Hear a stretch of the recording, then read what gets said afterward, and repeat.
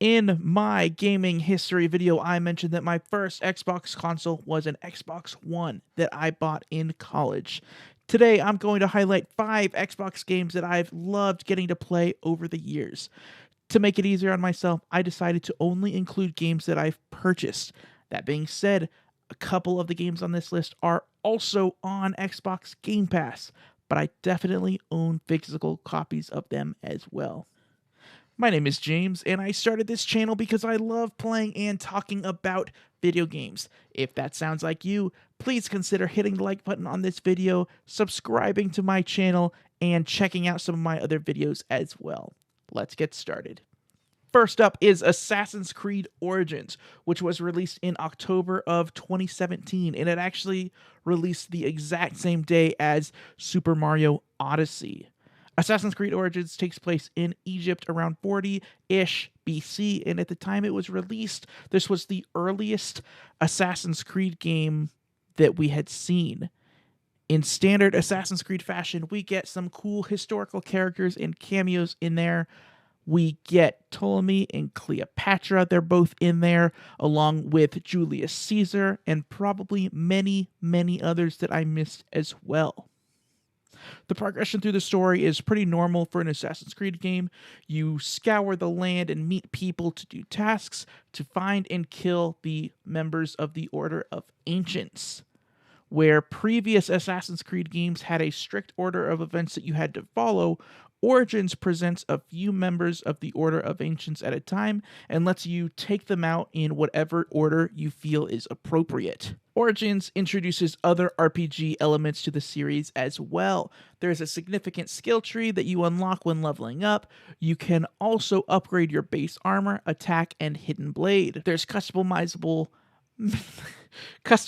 mounts and outfits. You can slightly customize your appearance, but most notably, there are tons of different weapon choices and weapon varieties. You'll constantly be finding weapons that are slightly better than the ones that you already have. As someone who can get overwhelmed by the amount of choice and options in most RPGs, I like that this game hangs out in the middle and doesn't fully commit to being a role-playing game. In Assassin's Creed Origins, you play as Bayek of Siwa. When the game starts out, Bayek is already on his revenge tour, and we're filled in later. From the very beginning, we see that he's different than most of our other assassin protagonists. He's burdened with guilt over a death that he feels responsible for, and he's carrying this rage and brutality with him that we get to see from the very beginning.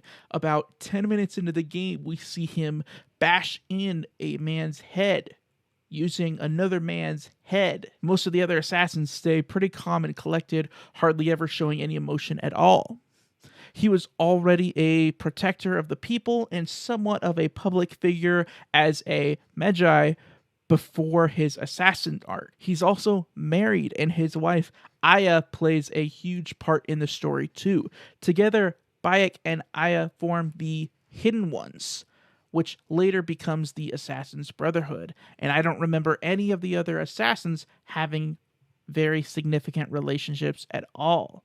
I think Assassin's Creed Origins is one of the strongest games in the series. I'd highly recommend checking it out if you haven't played it before. Next up, we have Batman Arkham City, the second Batman game from Rocksteady. Originally released in 2011, I played the 2016 Xbox One port when I bought my Xbox in 2017.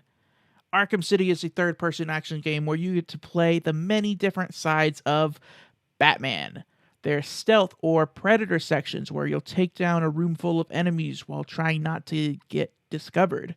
Investigations where you utilize your detective abilities, and free flow combat where you'll take down large numbers of enemies in hand-to-hand combat. The predator sections and free flow combat are my favorite.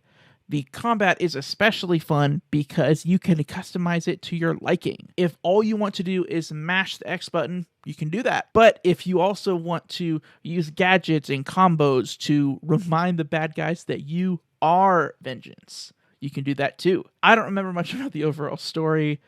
I know that all the important characters were in there, And for me, Batman has always been about the characters. Batman is voiced by Kevin Conroy, who is the definitive Batman voice for me. And we also get Mark Hamill in there as the Joker, another incredibly iconic throwback to Batman the Animated Series. The last thing I want to say about Batman Arkham City is that the side content, side characters, and side quests are just as incredible as the main objectives. In all of the Arkham games, I found the side content to be so compelling that I want to finish every single quest and see everything that the game has to offer. I cannot recommend this series enough, especially if you're a fan of Batman. Next up is Quantum Break. Originally, I picked Control, but I changed my mind and used Quantum Break instead. Quantum Break is also made by Remedy. It's an Xbox exclusive, and I don't think it got anywhere near as much attention as Control, so I wanted to make sure to highlight it on this list. Quantum Break is a sci-fi third-person shooter that follows Jack Joyce as he goes to visit his physicist brother, William Joyce. A time travel experiment goes wrong, and Jack is affected by the experiment, and he's given these cool powers that let him slightly manipulate time and stuff. William's physicist partner, Paul, wants to continue these experiments, but William says it's too dangerous, and the game basically consists of Jack and William attempting to stop Paul and his endless army of henchmen. I like this game because it's really not afraid to try new things. It's designed to be somewhat cinematic, and it actually released alongside a TV show that you're able to download from inside the game. You're supposed to play Act 1 in the game and then watch the first episode of the TV show, and the TV show helps fill out the story a little bit more. You don't need to watch the TV shows to understand what's going on in the game, but it gives some supplemental lore about the villain and about Monarch, the evil organization that he's a part of, and what's going on behind the scenes. This brings me to my next point. This game is packed with recognizable actors, and because they play the same characters in the TV show too, their characters in the game are designed to look just like them. We get Charlie from Lost, Iceman from the X-Men series, Silence from Horizon Zero Dawn is in there, and there's probably much more than that I just don't remember. Quantum Break is a fun third-person shooter, and I'd highly recommend checking it out. Rise of the Tomb Raider, contrary to what the marketing of the game may have led you to believe, is not an Xbox exclusive. It was, however, a timed exclusive for about a year. I really like this new Tomb Raider trilogy. I think it's the perfect mix of exploration and gunplay and climbing. In the first Tomb Raider, Laura's journey is an accident. She's in a boat crash that she has to fight for her life to survive, and she's very much just reacting to what's happening to her. In Rise of the Tomb Raider, we get to play as Lara Croft as the actual Tomb Raider that we know from previous Tomb Raider games. I think what I like most about this Survivor trilogy is actually the characterization of Lara Croft. She'll fight for her life, she'll do what she needs to do to survive, but she's also a person with motivations and emotions, and those aspects of the game are done very well. I also loved the climbing and the puzzles. For me, they were present enough for me to enjoy them, but not so abundant that I got tired of them. Definitely check out the new Tomb Raider trilogy if you haven't played it yet. The last game that I want to highlight today is The Elder Scrolls V Skyrim. Skyrim was released in 2011 on Xbox 360 and PS3. In 2011, I only had a Wii, and I had definitely fallen out of gaming at that point. So I played Skyrim on my computer, and I loved it. I had never played or even heard of a Western RPG at that time, and in Skyrim, you play as the Dragonborn, where you get to fully customize and name your character. You're given choice over story elements, combat type, and exploration. The main quest in Skyrim is pretty straightforward, but the side content is where you can really make changes to the world. You can join or hunt the Dark Brotherhood, fight in the civil war for either the Imperials or the Stormcloaks, become a powerful spellcaster or a sneaky pickpocket. The choice is yours. The feeling that you're in control of what's happening in Skyrim is what makes the game stand out as one of my favorite games of all time.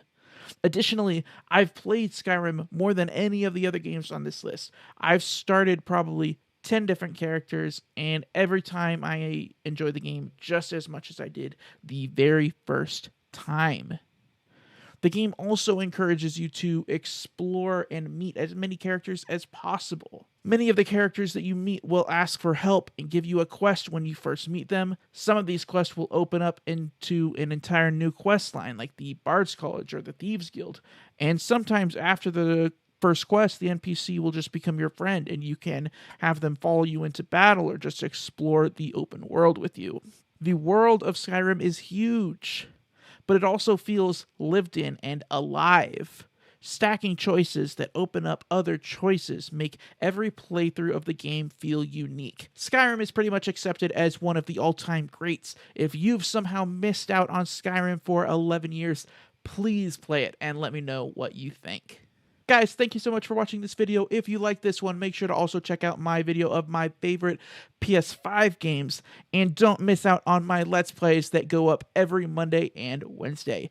As always, the best way to keep up with me is on Twitter at James_Solar. And until next time, thanks for watching.